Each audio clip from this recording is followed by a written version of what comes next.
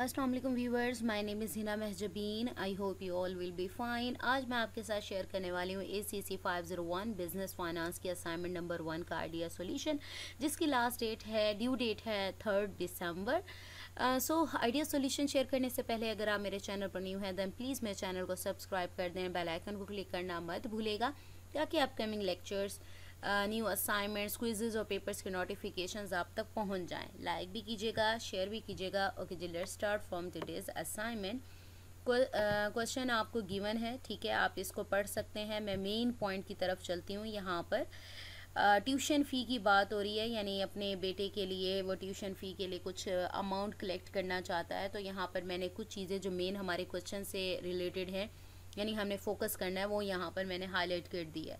ठीक है, वो चाह रहा है कि आगे जाकर मुझे पता चले कि अगर फ़ीस हायर भी हो जाती है, यानी महंगाई हो रही है तो पैसे बढ़ जाते हैं, तो मुझे कितनी सेविंग करनी चाहिए कि 10 साल बाद मैं बेटे की फ़ी पे कर सकूँ। ठीक है, तो यहाँ से है मेन जो हमारा था, the annual fee tuition fee in one of the state college is currently, यानी करंट जो प्रेजेंट वैल्यू यहाँ पर है $12,000 है।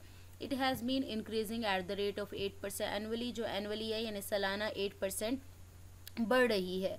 Jain will be able to join the state college after 10 years. अब वो ना कॉलेज के लिए पैसे इकट्ठे कर रहा है उसका फादर, तो क्या होगा कि उसने 10 ईयर्स बाद के लिए देखना है कि कितने पैसे उसने इकट्ठे करने हैं, या बैंक में इन्वेस्ट कर रहा है तो कितने इंटरेस्ट पे करे।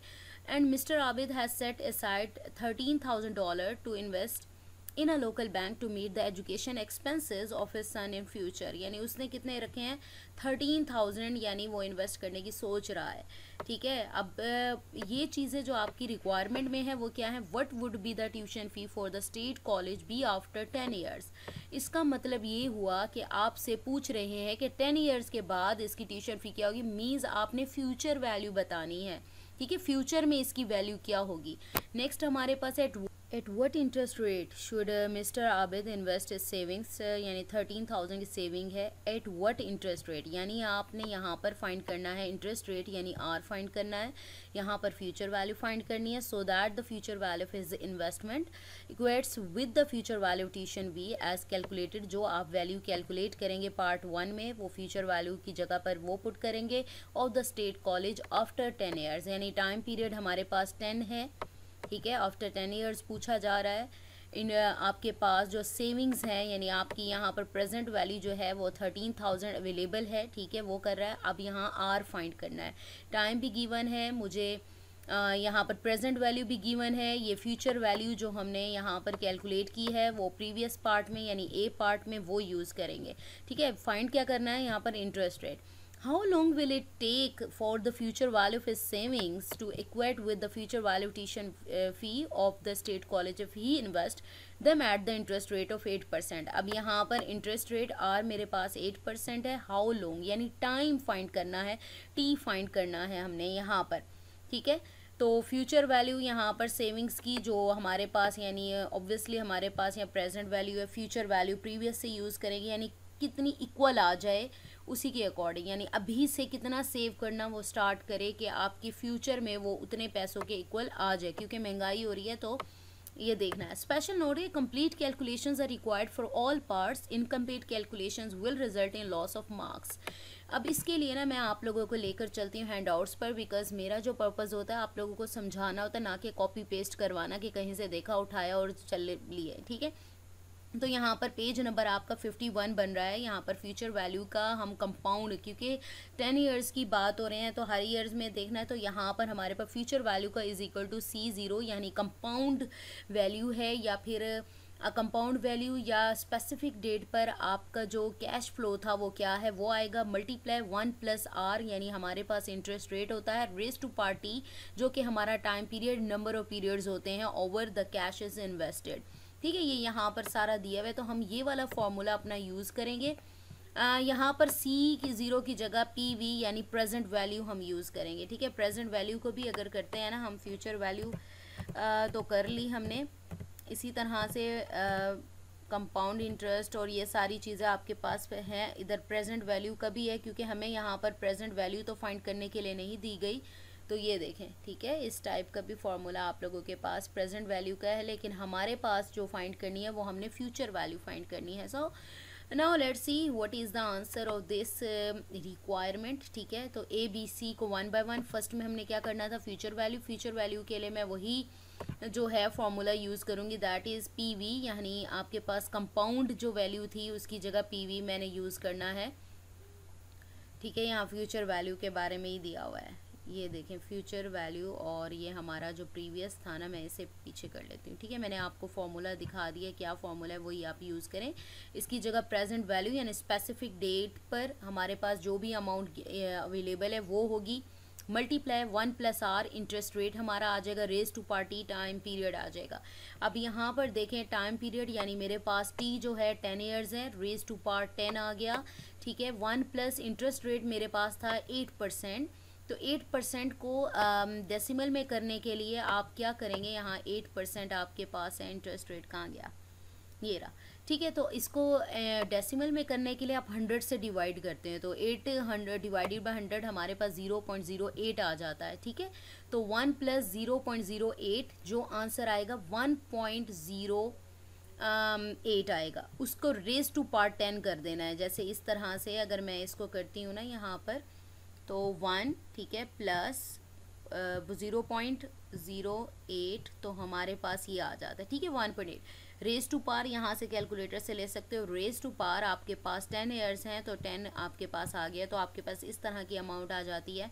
तो उसे आपने क्या कर देना है, यहाँ पर प्रेजेंट वैल्यू उसने क्या कहा था, कितनी है मेरे पास, यहाँ पर प्रेजेंट वैल्यू यानी जो वो एक साइड पर रख रहा है, यहाँ पर करंटली, ठीक है, क्योंकि हम ट्यूशन फ़ी की फाइंड कर रहे हैं फ्यूचर में। ठीक है, तो यहाँ पर करंटली हमारे पास 12,000 है, तो मल्टीप्लाई 12,000 आप करेंगे, तो मल्टीप्लाई, ठीक है, 12,000 कर दो, यानी प्रेजेंट वैल्यू या करंट वैल्यू या उस स्पेसिफिक डेट पर आपकी जो वैल्यू है वो आपके पास आ जाएगी। यहाँ पर 25,907 समथिंग आ रहा है। ठीक है, मेरा थोड़ा सा चेंज है, आप लोगों का थोड़ा बहुत चेंज आ सकता है पॉइंट के बाद वाला। ठीक है, तो ना 25,907.0, क्योंकि मैंने पहले वैल्यूज़ को राउंड ऑफ कर दिया था, इसीलिए मेरे पास 906 और समथिंग आ रहा है।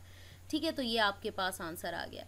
आप इसको खुद ठीक कर लीजिएगा कैलकुलेशन को। मैंने डायरेक्टली किया है, जो मैंने ये वैल्यूज़ निकाली थी पहले राउंड ऑफ करके स्टेप वाइज की थी, तो राउंड ऑफ करके जब करते हैं तो इस तरह की लमसम सी वैल्यूज़ आ जाती हैं आपके पास। ठीक है, ये आ गया। नेक्स्ट आ जाओ आप, इंटरेस्ट रेट, सेम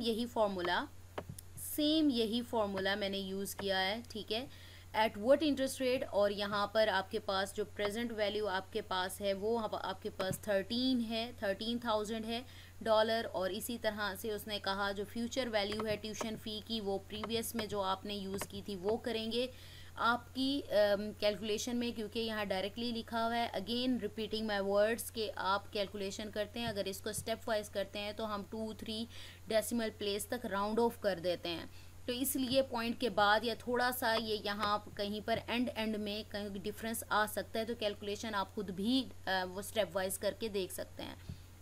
ठीक है, तो आपने क्या करना है, इसी फॉर्मूले से मैंने आर का फॉर्मूला निकाला है। यहाँ पर ये देखें पीवी यहाँ पर मल्टीप्लाई हो रहा है, तो फ्यूचर वैल्यू के साथ जाकर दूसरी साइड डिवाइड हो जाएगा, एफ ई बाय पीवी आ जाएगा। ठीक है, और यहाँ पर आ जाएगा, यहाँ प्लस, अब रेज टू पार टी है।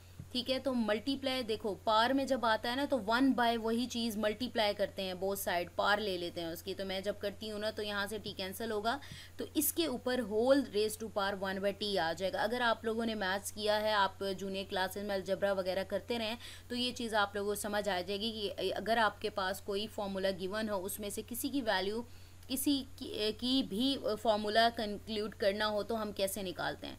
ठीक है, प्लस का 1 था तो यहाँ माइनस है, मैंने डायरेक्टली इसका फॉर्मूला निकाला और इसमें पुटिंग कर दी। मेरा प्रीवियस जो आंसर आया था फ्यूचर वैल्यू का वो पुट किया, डिवाइडेड बाय पीवी, यहाँ पर 13,000 है मेरे पास, रेज टू पावर 1/10 है। जब 1/10 डिवाइडेड बाई 10 करते हैं 0.1 आता है, इन दोनों को डिवाइड करते हैं तो ये भी मैंने राउंड ऑफ करके लिखा है। ठीक है, अगेन वही चेंजेस आ सकते हैं। ठीक है, तो आपके पास आ गया। अच्छा जी, रेज टू पार जैसे मैंने अभी आपको दिखाया कैसे फाइंड करते हैं, 1.9 एंड 3 रेज टू पार 0.1 करेंगे तो आपके पास आ जाएगा, और माइनस करेंगे तो 0.0714 आ जाएगा। ठीक है, अब परसेंटेज में करना है तो मल्टीप्लाई 100 करके आप 7.14 या 132 या 5 इस तरह के आपके पास आंसर आएगा, तो मैंने 2 डेसिमल प्लेस तक राइट किया है। ठीक है, ये हमारा पार्ट हो गया। नेक्स्ट आ जाओ, ये how long will it take, यानी हमने टाइम फाइंड करना था, सेम वही फॉर्मूला, ठीक है। तो अब यहाँ पर हमारा था कि जो पावर में टी फाइंड करना था, तो पावर थी, तो मैंने क्या किया, इसका बहुत सारा लॉग ले लिया, ठीक है। तो लॉग लेने से ये होता है कि जो पार होती है, रूल्स 9th क्लास की बुक उठाकर देख लो, मैथ्स के लॉगरिथम के जो रूल्स होते हैं, पार जो होती है अगर लॉग लो तो वो लॉग से पहले आ जाती है, ठीक है। तो इस तरह से करके यहाँ पर ये फॉर्मूला निकाला, इसका निकला है लॉग मल्टीप्लाई में F V by P V divided by, ये डिवाइड हो रहा है, ठीक है, divided by log 1 plus R. Again maths के रूल्स पता हैं आपको, यही फॉर्मूला ऊपर वाला फर्स्ट जो मैंने फ्यूचर वैल्यू का यूज़ किया है, इसी फॉर्मूले में से मैंने ये दो फॉर्मूला जो आर और टी के हैं वो फाइंड किए हैं, ठीक है। तो आप निकाल लीजिएगा। बाकी मैंने पुटिंग की है, फ्यूचर वैल्यू मेरे पास पहले वाली थी, आपकी जो फ्यूचर वैल्यू आएगी थोड़ा बहुत पॉइंट वगैरह का डिफरेंस है तो वो आप ऐड कर देना, यहाँ पर राइट कर देना। और प्रेजेंट वैल्यू तो ऑब्वियसली उसने 13,000 कही है, दोनों को डिवाइड करो, आंसर आ जाएगा, उसका लॉग लो, ये आंसर आ जाएगा। इसके अलावा 1 प्लस वही आर मेरे पास 8% था, डिवाइड 100 किया तो 0.08 हो गया। अब प्लस किया तो ये आ गया, लॉग लोगे तो आपके पास जो आंसर आएगा उसको डिवाइड करो तो मेरे पास ये इतने ईयर्स आंसर आ जाता है, यानी इतने ईयर्स वो कहता है लगेंगे उसे, ठीक है, अराउंड 9 ईयर्स कह लो, ठीक है।